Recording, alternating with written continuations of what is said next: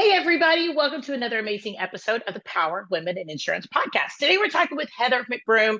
She is in the technology space. She has an agency ownership background, and you will totally love this conversation because we are going to talk about making your life easy peasy lemon squeezy. So we are excited about that.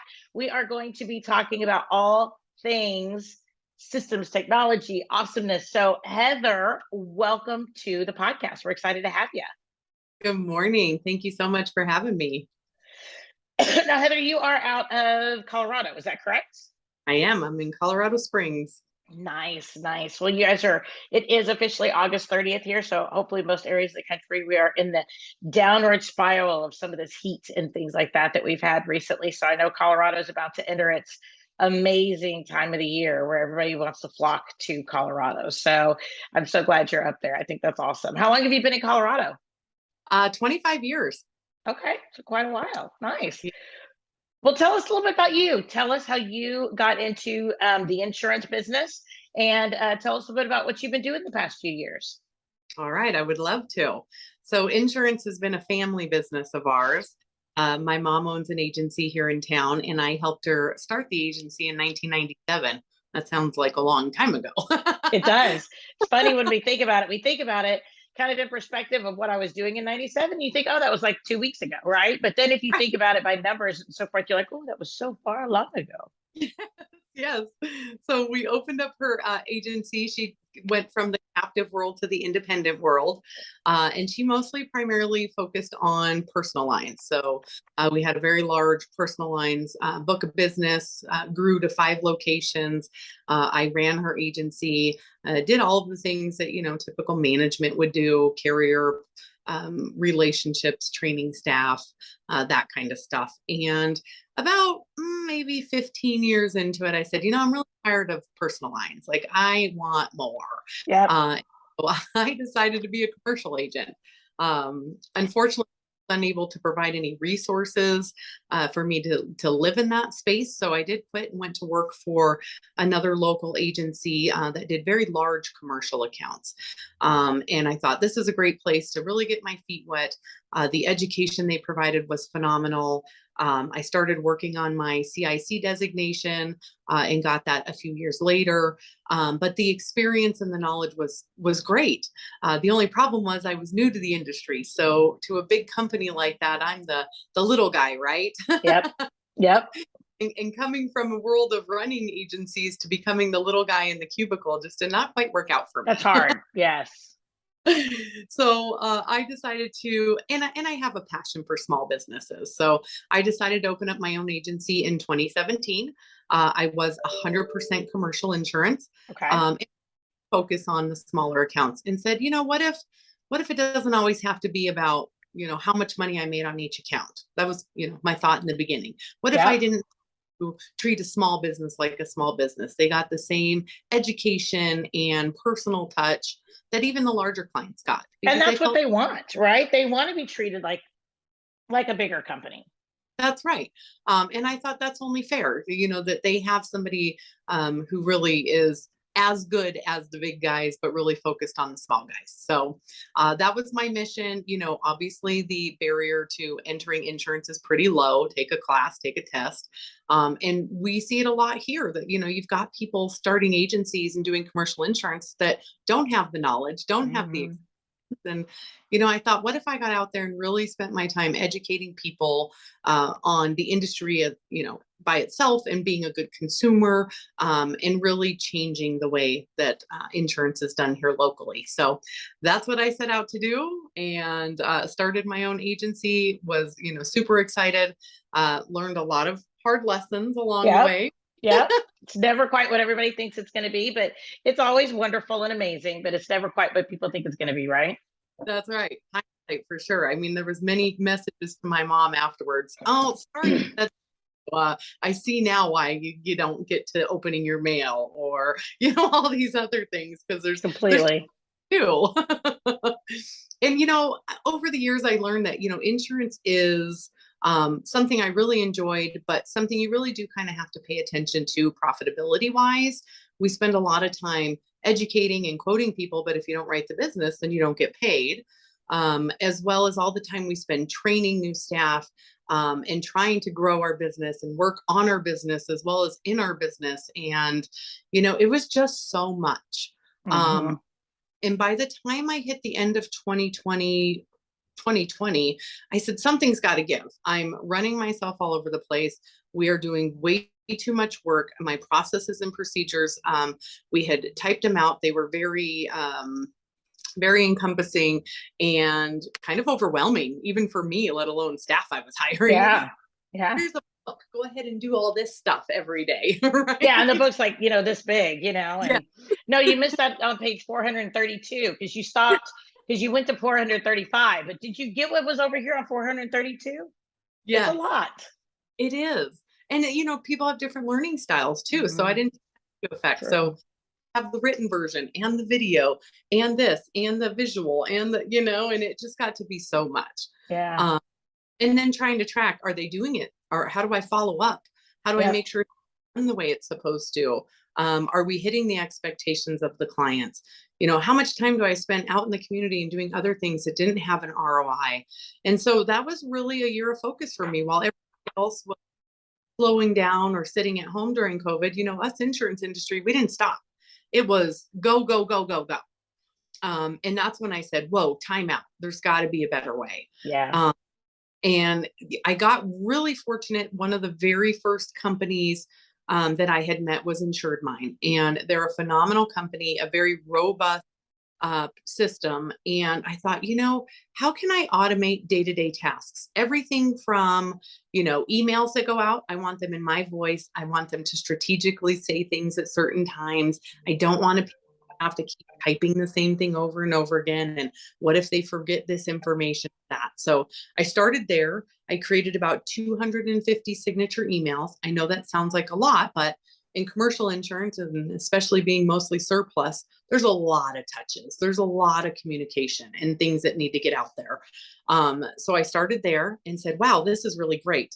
And then I looked at, we don't have anything that brings all of our appetite guides together, right? And we deal with 30 different carriers in some cases, and they have different forms and they have different endorsements and enhancements and all of these things. And managing that was becoming overwhelming in itself.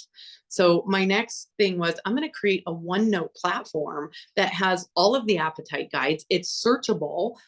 There was only a few carriers that wouldn't give me an absolute guideline. And then what were the other things I could build into it? How do I know what their enhancements are or what their, specific underwriting guidelines that I need to be aware of? So I'm not wasting my time, right? If I have to quote a building and Hartford doesn't like buildings that are over, 25 years old, can I have that in one place so I don't waste my time? Yeah. Because there's so much time being wasted in quoting carriers and going, oh, that's right, they don't like that. Or I forgot they don't like a 19-year-old driver, right? And so that was my next goal, is to create a very robust OneNote that had everything I needed on every carrier.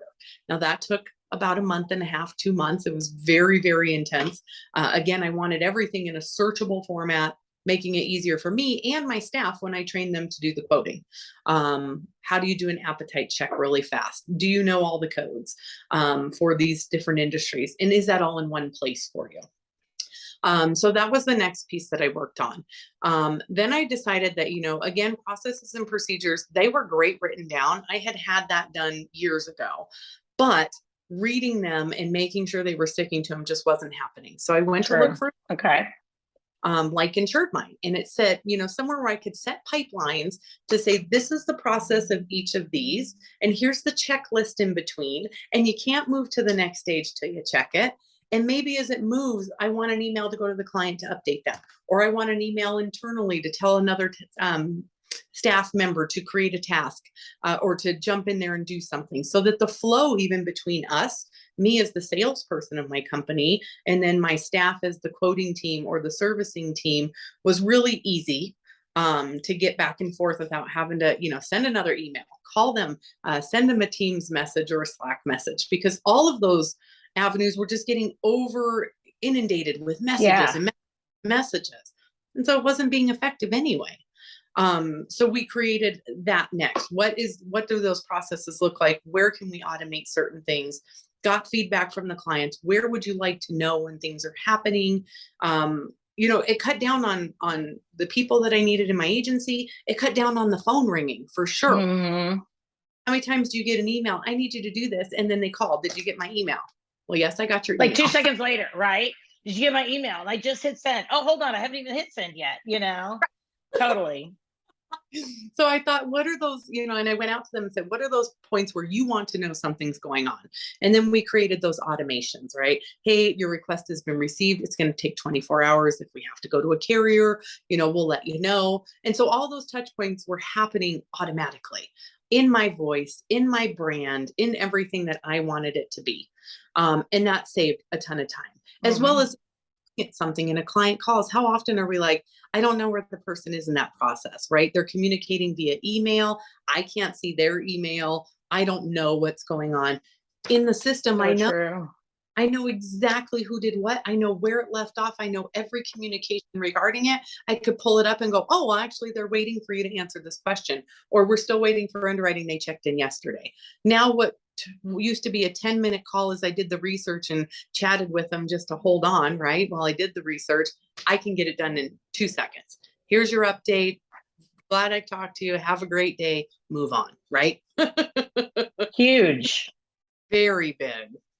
And then, we all have problems with finding staff and being able to good staff, right? Qualified staff, or even being able to be comparable in salaries and benefits to the larger companies. Mm-hmm. I mentioned I worked for a large company here. Just in the 4 years I had my agency open, when I started that position, they were starting at 45. When I sold my agency recently, they're paying $85,000 a year for that same beginning position. Yeah, it's crazy. With that's ridiculous. True. And in Colorado, I don't know about other states, but we have a problem with non-solicitation and non-compete clauses being upholdable in court. And so that causes another concern for agency owners. How many people take advantage of us, want our knowledge, and turn out to be competitors? Mm-hmm. And that's something we have to be conscious of. So I really looked at my workforce differently and said, larger companies, all the larger companies outsource. What is it that they know that I don't know? Very true. So I went directly to the Philippines through an online jobs platform, and I started interviewing people and talking to people. And I got really lucky because the first couple had worked for agency whatever the two that typically you can get VAs through the Philippines. I can't remember the name of the company. Agency VA. And then there's another one, right? So they worked for them. But what I learned right away is everybody treats VAs as data entry people. And honestly, they can be so much more. And so I created a very robust training program for my VAs, and I took them up a couple levels in what their knowledge was, what their abilities were.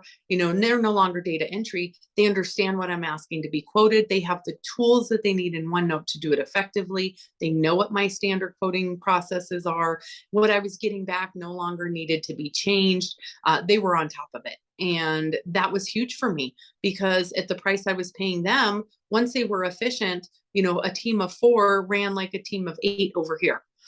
They are very loyal. They're very good. They just want the opportunity to learn and grow with your organization. And once they're provided that opportunity, man, they really soar. Yeah. So I think that that's another place that, I can provide that value is how do you get them? How do you train them properly? How do you make them a part of your team? And so those were really the things that I did over, a period of about a year in my own agency where I saw not just one time the impact, 2 times, I was seeing 4 times. I was seeing retention rates I had never seen before. I was seeing the cost of doing business go way down and my profitability go way up. I was increasing my efficiency in all of my platforms and programs. I was creating tech stack that was, connected to each other. So things were really streamlined. And it made me realize that, when I did sell my agency, which I did about 2 months ago, it had brought value to the sale of my agency. They were like, wow, you have very happy customers. You have great retention. Look at all of these automations and all these things that you've created that we don't even have. And so I thought, with all this knowledge and I really enjoyed doing it. Who else could I help? What other agency owners like myself living in that commercial space that are smaller, really want to take it from, what is manageable at $2 million book, it was barely manageable, right? How do we take it from barely manageable to $5 million or $10 million book without increasing our, all of our employees and overhead and Right. managing and keeping happy customers? That's really the name of the game, is to make happy customers and to not work yourself into the ground, because so many agencies are out there and their team members are working themselves just exhaustively.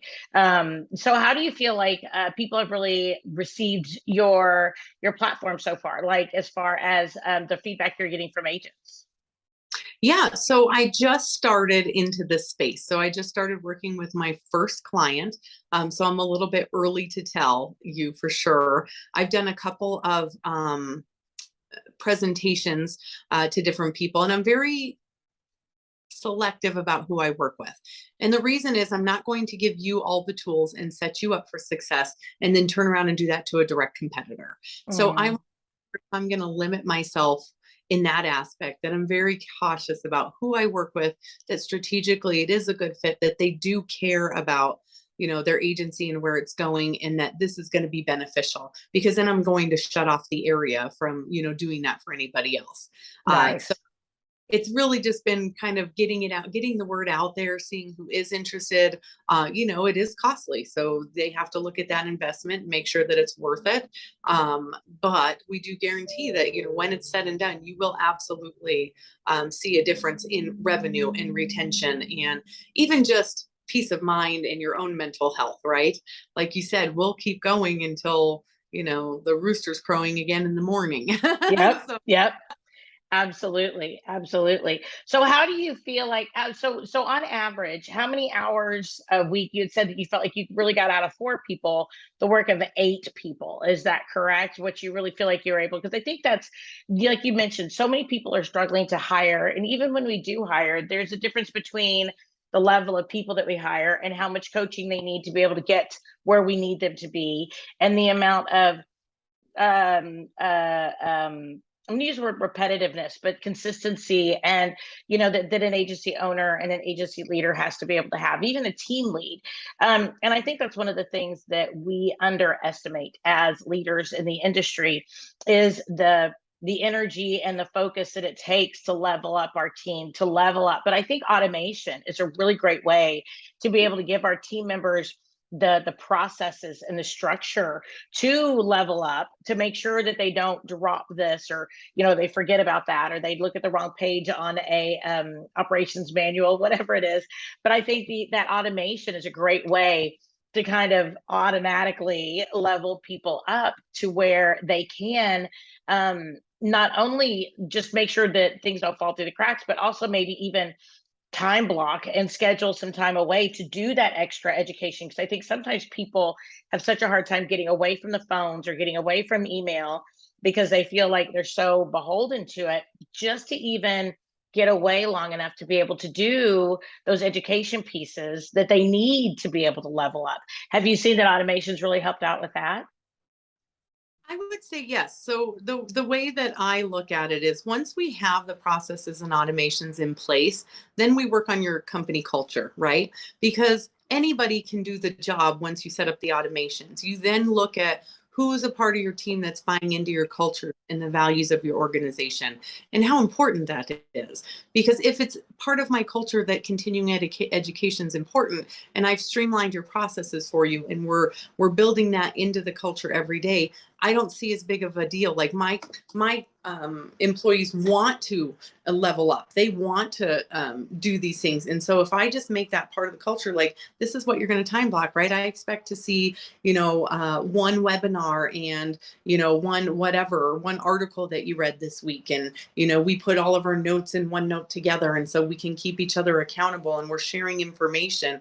If I build that into my culture, that's exactly what's going to happen, right? If we build it into our culture that the client is the most important thing and you have to check every email and it has to be answered right away, then that's the type of work you're going to get from your employees. True. To me, it's all about the culture. Once we have the foundation put together, then I work with the agency owner on what is your culture? Is it what you want it to be? How do we change that? How do we get your staff to buy into the values of your company? And I didn't any different, right? They were part of my staff. We would check in every morning. We would check in at the end of every day. We would still have the regular team meetings. We would set our goals quarterly. Like everything that we did together was no different as if they were sitting here and they were US based employees. So again, I think it all comes back to that culture that you build within your organization or that you change, right? Because we don't always start with the culture we want, or we don't start with the mindset of that's how important that piece is. So coming back to it and making those changes to say, this is how I want it to be going forward. Absolutely. And I think a lot of agents and leaders also need permission to structure their agency to the point where the operations are the key point rather than just jumping on that customer service piece. I think sometimes we've also been trained over the course of our careers to jump on that customer service event rather than saying, okay, how can I structure this customer service event to where we can automate it? And I think sometimes getting people to step back from their agency and take a really solid look at their structure, their processes, and how they're going to implement that and how their culture plays into that, I think really goes into so much of making their team feel solid and making their team feel like they have a very predictable environment too. A lot of people don't feel like they have a really strong, predictable environment. And I think automation helps out with that, but you don't get there unless you step back and you create those systems and then implement them. And automation is just such a great way to do that. I love that. And like you said, it gives you those timelines to be able to have those meetings, to be able to implement that culture and that structure, and maybe even to celebrate with your team a little bit more because you can do a lot more work in less time, and maybe you can take the time away to be able to do a little lunch together or things like that without feeling like, oh, that phone's not going to be answered or the emails are not going to be answered, which is a really big fear for, I know, a lot of agencies. Absolutely.